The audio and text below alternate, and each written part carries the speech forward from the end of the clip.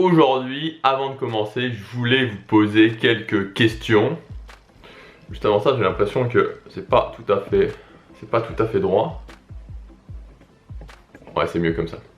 Je voulais vous poser quelques questions. Ces questions-là, elles sont juste là. Je vous en avais déjà parlé et je voulais vous les reposer aujourd'hui. Donc c'est très certainement le soir ou peut-être le matin quand vous regardez cette vidéo. Donc c'est des questions où c'était vraiment intéressant, voire très intéressant d'avoir des réponses. Qu'est-ce qui me rendra fier de moi ce soir? Que me dit mon intuition par rapport à ma vie actuelle? Envers quoi j'ai de la gratitude dans ma vie? Envers quoi j'ai de la gratitude dans ma vie? Envers quoi je suis engagé à 100% dans ma vie?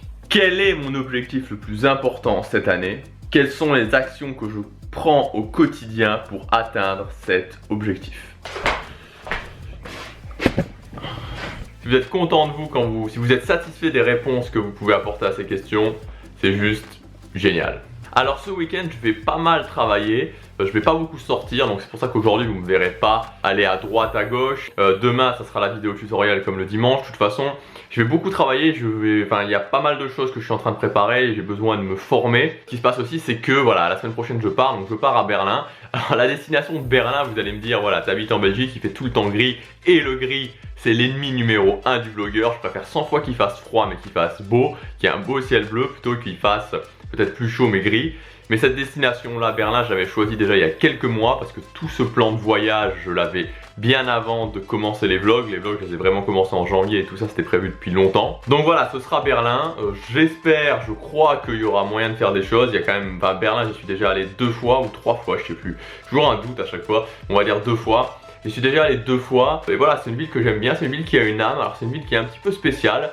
Il y a vraiment une différence entre Berlin-Ouest et Berlin-Est, mais là ça va me permettre vraiment de la redécouvrir. Quoi qu'il en soit, le point important c'est que c'est difficile, c'est vraiment difficile et ça demande de l'habitude de travailler efficacement en voyageant. Quand vous êtes en voyage, même si vous voyagez, même si vous restez dans la même ville, vous restez dans le même hôtel, dans le même appartement, c'est pas aussi évident d'être aussi productif. Donc c'est pour ça que j'essaie de prendre un peu d'avance ce week-end et je vais essayer de, entre guillemets, limiter la casse quand je serai en voyage. Aujourd'hui, je voulais répondre à une question. Est-ce que c'est possible de gagner 1000 € par mois au bout d'un an avec son blog? Oui, c'est possible, c'est tout à fait possible. Et je ne veux pas vous dire ça en vous disant oui, c'est possible, blabla, voilà la formation qui suit, vous allez simplement devoir sortir la carte bleue. Non, c'est pas ça que je veux vous dire.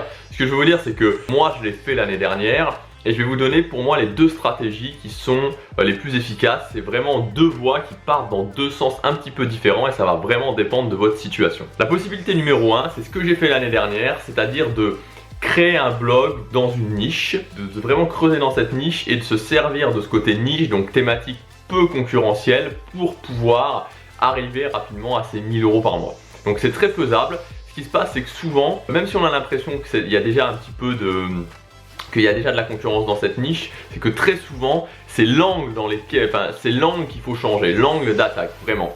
C'est-à-dire que pour moi, la solution la plus rentable, la solution la plus intéressante évidemment, c'est de vendre des produits numériques. Vous savez, si vous me suivez depuis un petit moment, le fait de monétiser avec la publicité, c'est pas du tout intéressant. C'est de vendre des produits. Donc pour vendre des produits, c'est-à-dire apporter de la valeur aux gens, et donc il faut résoudre un problème des gens. Et donc si vous faites ça, si vous mettez dans une niche et que vous vous dites vraiment ok, quel problème je pourrais résoudre, qu'est-ce qui pose problème à ces gens, quel problème moi j'ai réussi à résoudre et je pourrais aider les gens, je pourrais leur apporter de la valeur, très honnêtement, c'est largement possible en un an de vivre de son blog. Alors 1000 € par mois, vous n'allez peut-être pas pouvoir vivre comme un prince, mais 1000 € par mois, vous pouvez avoir une certaine indépendance financière. Donc c'est tout à fait possible. Si vraiment vous en avez marre de votre job, si vous vous dites ok, je veux avoir ces 1000 € par mois, avoir cette indépendance financière relativement rapidement, c'est possible et c'est à ce moment-là, vers ce chemin-là de la niche sur lequel il faut s'orienter. Donc moi, l'année dernière, je l'ai fait en 6 mois, donc c'est possible en 6 mois, hein, en termes de durée, c'est pas forcément un an, c'est peut-être possible en moins de 6 mois, c'est quand même difficile de mettre une durée. Je crois que 6 mois c'est quelque chose de réaliste et un an c'est quelque chose de vraiment très réaliste. Maintenant, je vais pas vous mentir, hein, croyez pas que c'est quelque chose qui se fait facilement. Ça demande de l'investissement, ça demande du travail, ça demande de se former, ça demande de la volonté, mais c'est possible, c'est largement possible. On est loin de quelque chose de très difficile. La deuxième option, c'est tout simplement de se dire ok, je vais pas forcément chercher à faire quelque chose dans une niche et je vais m'attaquer à une thématique voilà, peut-être plus large, plus concurrentiel. Alors attention, hein, même dans la niche, je précise, ne faites pas ça juste pour l'argent. Enfin moi, voilà, c'est une valeur à laquelle je crois. Il faut que ce soit une passion, il faut que ce soit quelque chose que vous aimez vraiment. Et vous pouvez peut-être ne pas avoir de niche qui vous inspire vraiment et vous dire, je vais me mettre dans une thématique beaucoup plus concurrentielle. Alors, une thématique concurrentielle, par exemple, ça va être, si vous êtes une fille, ça va être la mode, se lancer dans la mode. Dans un blog de mode, des vidéos sur la mode, c'est très concurrentiel. Ou alors ça peut être, voilà, perdre du poids. Vous pouvez être même fille ou homme, coach, fitness pour perdre du poids. Ça aussi c'est très concurrentiel. Mais ce n'est pas parce que c'est concurrentiel que vous ne pouvez pas y arriver. J'insiste là-dessus. Encore une fois, là l'idée ça va évidemment de résoudre les problèmes des gens, ça va surtout être d'apporter quelque chose de différent, d'apporter de la valeur là où les autres n'en apportent pas, d'apporter de la nouveauté, de faire les choses différemment, d'essayer de faire mieux là où c'est possible. Mais encore une fois, faut pas se limiter dans le sens où vous pouvez attaquer une grosse thématique et vous pouvez vous dire oui, je peux apporter ma pierre à l'édifice, oui, je peux changer les choses, de presque se dire mon business peut apporter quelque chose de nouveau, mon business peut vraiment faire évoluer cette thématique. Moi, c'est ce que j'ai fait avec cette chaîne. Voilà, moi je suis vraiment dans la thématique de la liberté financière, dans la thématique aussi de l'amélioration personnelle, et c'est des thématiques qui sont concurrentielles, c'est des thématiques où il y a beaucoup de gens qui parlent de ça. Peu importe, je sais que je peux faire les choses différemment, je sais que je vais travailler, que je vais améliorer les choses, je sais que je peux vivre de cette chaîne et je vais travailler au quotidien pour faire en sorte d'arriver à cet objectif. Il ne faut pas forcément se limiter au fait de faire quelque chose dans une niche. Maintenant, entre la solution numéro 1 et la solution numéro 2, donc finalement d'un côté la niche, de l'autre côté la thématique beaucoup plus concurrentielle, il faut savoir que ce sera plus rapide avec la niche. Là, je peux pas vous mentir, ce sera plus rapide avec la niche parce que voilà, vous aurez plus vite un public, même si votre audience est très petite, ça sera plus facile, enfin ça sera plus rapide. Après c'est à vous de voir, ça dépend aussi de votre situation, ça dépend si vous êtes dans une situation où vous vous dites bah voilà, moi je veux commencer mais que ça me gêne pas que ça prenne un an et demi, ce que je veux faire c'est vraiment dans cette thématique là parce que ça m'intéresse vraiment. Ou alors si vous êtes plutôt dans une optique où vous vous dites moi je veux quitter mon job, j'en peux plus, ou je veux vivre cette vie de digital nomade rapidement.